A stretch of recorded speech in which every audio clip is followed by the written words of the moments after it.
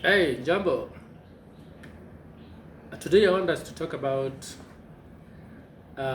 basically about the pilgrimage safari to Israel and Egypt.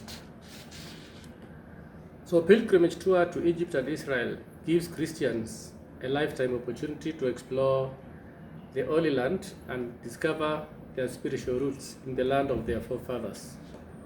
It also gives them a chance of seeing firsthand the sites and places that they have read about in the Bible and in history books.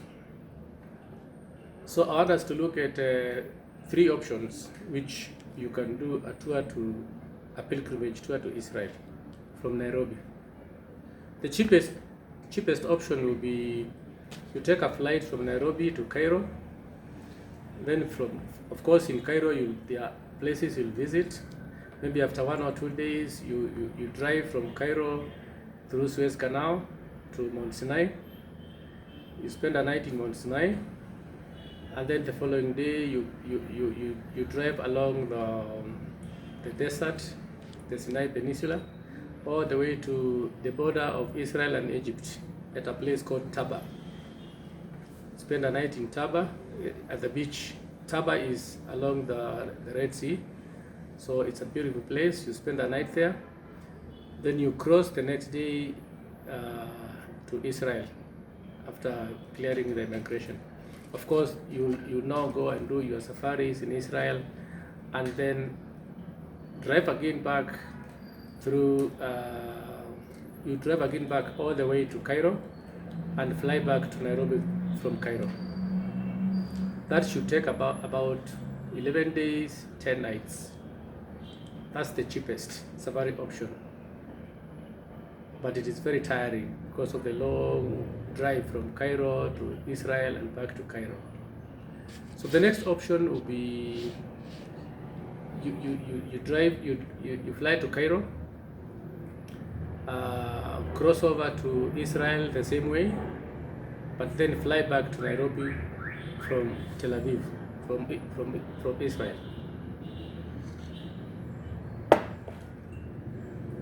That's slightly more expensive, but it reduces the road trip back to Cairo. A bit expensive, but slightly not very exhaustive like the first one. So the other safari is when you fly from Nairobi to Tel Aviv without the option of Egypt. Its flights from Nairobi to Tel Aviv are very expensive, and hotels in Israel are more expensive than in Egypt. It could be a short trip, like for say around 6 nights in Israel, but more expensive than if you did the trip through Cairo. Sometimes the trip can extend to Jordan, depending on how you've structured your trip. So in Jordan, there are a few places which have biblical significance.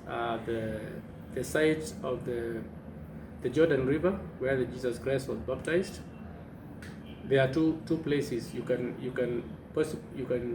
visit: the site of Jordan or the site of Israel. So it depends on which area you are. There's also Mount Nebo, where Moses viewed the promised land. It's in Jordan. There's a place called Madaba, known for its Asian mosaics, including the oldest map of the Holy Land, still in Jordan.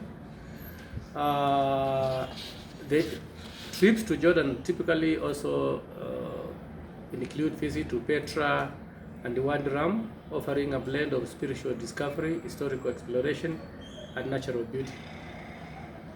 So those are the extensions you can do on your trip to Egypt and Israel, to cover also a part of Jordan. Yeah, so I thought that could be something good for you to know, so that when you plan, the next time you plan your trip, you can ask for 3 quotations based on whatever I've explained to you, and then depending on your budget, then you can look at which one you can do. Direct trips to Israel, you can do minimum 4 nights in Israel. That's enough to visit most of the uh, holy places. But the best would be 6 nights in Israel. That would enable you have some free time to also explore other areas of not necessarily of spiritual significance, but at least more nights, more adventure. Thank you. Keep subscribing and sharing, and let's see what we can share tomorrow. Bye.